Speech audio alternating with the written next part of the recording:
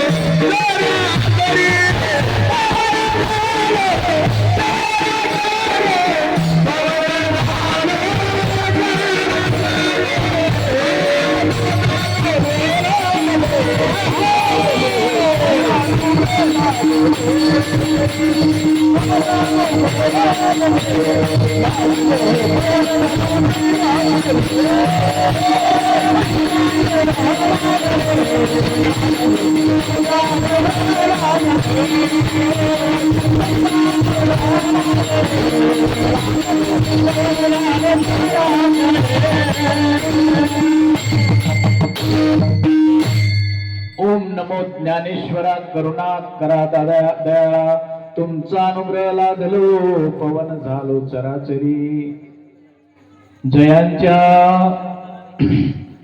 जयांच्या ठिकाणी मन जाय माझे ज्या ज्या ठिकाणी मन जाय माझे त्या त्या ठिकाणी निज रूप तुझे मी ठेवितो मस्तक ज्या ठिकाणी तेथे सद्गुरु तुमचे पाय रोई सद्गुरुनाथ महाराज की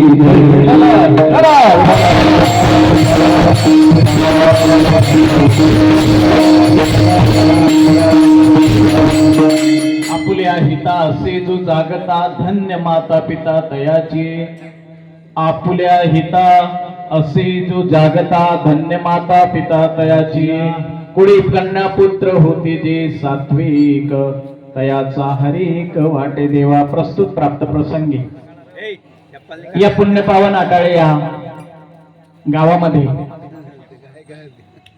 आपल्या उपस्थित सर्व संत सज्जनांच्या सेवेसाठी घेतलेला अभंग या ठिकाणी वैराग्याचे मूर्तिमंत पुतळे देहू निवासी वारकरी संप्रदायाचा कळस असणारे जगद्गुरु संत श्रेष्ठ तुकाराम महाराज यांचा चार चरणाचा आणि त्या ठिकाणी सांसारिक माणसाचं सात्विक गुण वर्णन करणारा अभंग घेतलेला आहे. आता अभंग एकदम सोपा आहे, सर्वांच्या परिचयाचा आहे, कारण की कठीण अभंग घेऊन आपल्याला काय कुठं जायचं नाही. आपल्याला फक्त तुमची आमची भेट महत्वाची. त्या भेटसाठी अभंग हा फक्त निमित्त आहे. आणि म्हणून या ठिकाणी या कार्यक्रमाचं जे आयोजन झालं ते तुमच्यासाठी नाही, ते फक्त माझ्यासाठी. कारण की कोणतंही कार्य हे कारणाशिवाय होत नसतं. आणि म्हणून या आजचा जो काही खटाटोप आहे, आजचा जो काही उपक्रम आहे, आजचा जो काही हा कीर्तनाचा कार्यक्रम आहे, यालाही कारण खूप महत्वाचं आहे. निमित्ताचा धनी केला असे मनुष्य प्राणी. या ठिकाणी निमित्त बाळकृष्ण ज्ञानेश्वर माऊली आणि त्यांचा प्रथम वाढदिवस आणि तो प्रथम वाढदिवस त्या निमित्ताने हरिचिंतनाचं जे काही डोक्यात विचार आला असे त्याचे आजी आणि आजोबा हरिभक्तपरायण मधुकर महाराज, पहिले नारायण मग लक्ष्मी. आता लक्ष्मींना पुढे करण्यात आमच्या कोर्टाच्या फायली खूप वाढून गेल्या. नाही तसं नाही, लोकांना लक्ष्मीच पाहिजे फक्त, पण त्यांना हे माहित नाही की नारायणाच्या पायात लक्ष्मी बसले, पहिले नारायणाला आणा, लक्ष्मी आपोआप येईल. आणि म्हणून या ठिकाणी आमचे हरिभक्तपरायण मधुकर महाराज आणि त्यांच्या सौ लक्ष्मी सुरेखाताई यांच्या नात्याने नातू म्हणू, हो आपण नात्याने नातू म्हणू, पण यांचाच अंश चिरंजीव जो ज्ञानेश्वर आहे त्याचा हा वाढदिवसाचा कार्यक्रम. आणि मग तो कसा पुढे कसा वागेल, कसा चालेल. आता आमचं मेडिकल सायन्स सांगतं की आजी आजोबांचे गुण नातवात उतरतात, पण तरी आई वडील खूप महत्वाचे आहेत. म्हणून या ठिकाणी हरिभक्तपरायण स्वप्नील महाराज ना, स्वप्नील महाराज आणि दीपक महाराज, त्या ताईंचं नावच यांनी टाकून नाही दिलं. खच्चीकरण यांनी केलं काय मी केलं? रोहिणीताई, वा वा वा वा, रोहिणीताई. तर अशांचा हा पुत्ररत्न आणि मधुकर महाराज आणि सुरेखाताई यांचा नातूरत्न, आणि त्यांच्या या वाढदिवसाच्या निमित्ताने हा कार्यक्रम या नारदाच्या गादीवरून या बाळास खूप खूप खूप खूप आशीर्वाद. याचं उज्ज्वल भविष्य पूर्णपणे सात्विक विचारांनी, सात्विक आचारांनी, सात्विक त्याचं त्या ठिकाणी येणारं जे प्रारब्ध असेल ते सात्विक येऊ, त्यासाठी त्याला जे शरीर संपत्ती आहे ती पण निरोगी, स्वस्थ आणि एकदम आनंदी मिळो, अशी या ठिकाणी नारदाच्या गादीवरून खूप खूप शुभेच्छा, खूप खूप आशीर्वाद त्यास आपण सर्व मिळून देऊ. आणि या आटाळे गावामध्ये कुठंतरी नाळ जुळली पाहिजे, कारण की दर्शनाला 2 जण लागतात, एकाचं दर्शन होत नाही. म्हणून जसं मला दर्शनाची इच्छा आहे तसं तुम्ही पण समोर आहात. आणि त्याला कारण गेल्या 1 वर्षापासून, 1.5 वर्षापासून आमचे पिंपळेकर बापू आणि सुभाष नाना यांचा खूप अट्टाहास होता. तर त्यांचा जो काही त्यांनी खूप सुंदर शब्द वापरला होता, अनुसंधान. कारण की शरीराची जी भेट असते ना ती स्थूल भेट असते, आणि आत्म्याची जी भेट असते ती अनुसंधान असते. आणि आत्म्याच्या भेटीशिवाय शरीराची भेट होतच नाही. आणि शरीराची जर भेट होत असेल फक्त, आणि आतून आत्मा नसेल जागृत, किंवा त्या ठिकाणी खऱ्या अर्थाने जर भेट होत नसेल, तर मग ती नकली भेट, नाटकी भेट. काय समोर जी घ्यावं म्हणून देखणं पडणं दर्शन नाही, ते काही गरज नव्हती, अशी भेटते. म्हणून सर्वात प्रबळ कारण तुम्हाला आणि मला समोर आणायचं ते म्हणजे सद्गुरूंची नाळ. सद्गुरूंशिवाय काहीच अशक्य, काहीच शक्य नाही ना. तुम्ही स्थूल पाहत असाल तर सोडून द्या. स्थूल फक्त कुठपर्यंत? आता मी समजा ताईंकडे पाणी मागितलं,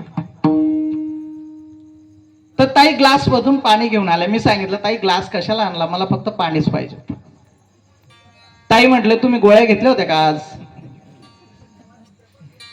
ग्लास शिवाय पाणी आणू शकतो का आपण? ज्याप्रमाणे ग्लास शिवाय पाणी आणू शकत नाही, तो त्याप्रमाणे आपल्याला जर ज्ञान पाहिजे असेल तर त्या हाडामासाचा गुरु त्या ठिकाणी आवश्यक आहे. मग आता हाडामासाचा गुरु शास्त्र असं म्हणतं, तुकाराम महाराजांचा अभंग असा म्हणतो, सत्वरजतम आहे जे अंगी तो या जगी वाया गेला. मग आपण सर्वजण जेवढे जेवढे मनुष्य प्राणी आहेत ते कशाचे आहेत? सत्वरजतम.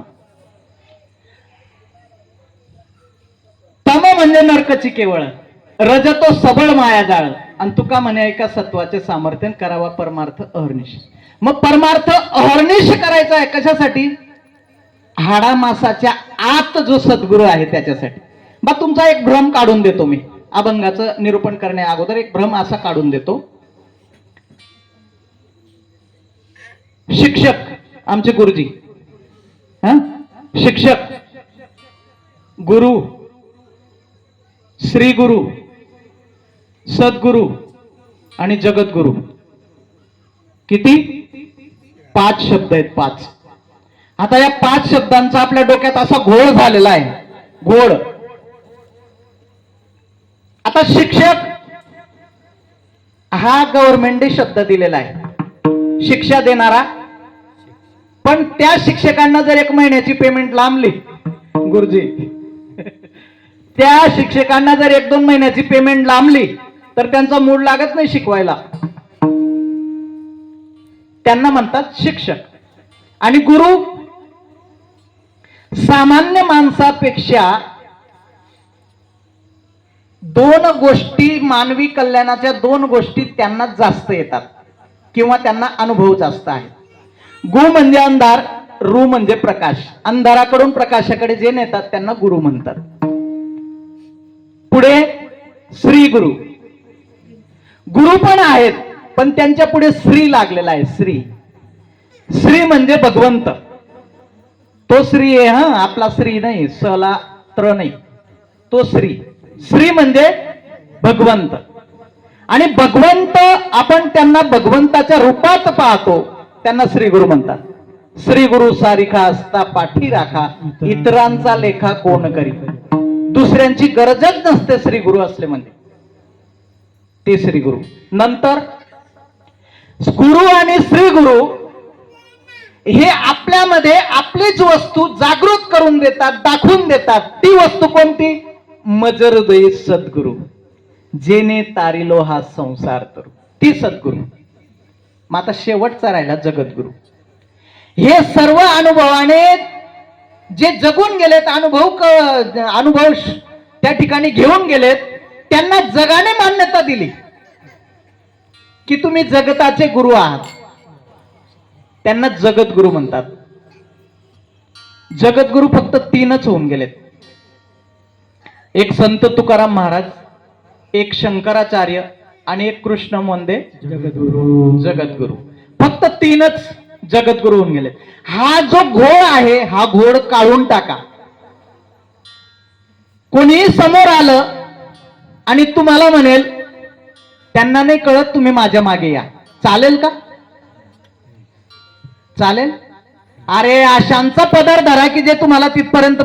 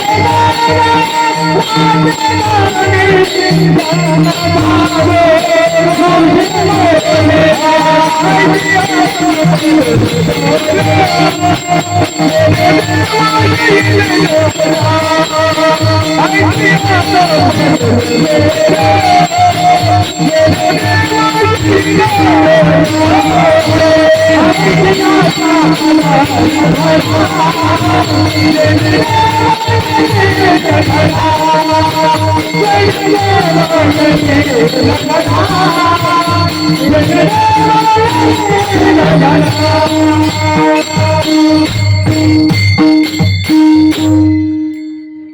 पदर मिळतील तुम्हाला, पण यात्रेमध्ये हरवलेला पोरगा कोणाचा पदर धरतो? खूप बाया असतात, खूप माणसं असतात, खूप गर्दी असते यात्रेमध्ये. कोणाचा पदर धरतो?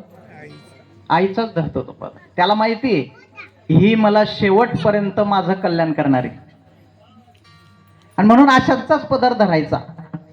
आता तुम्ही धरलाय ना पदर, हा? गाडीत बसलेत ना, सद्गुरूंच्या गाडीत तुम्ही बसलेत, बरोबर?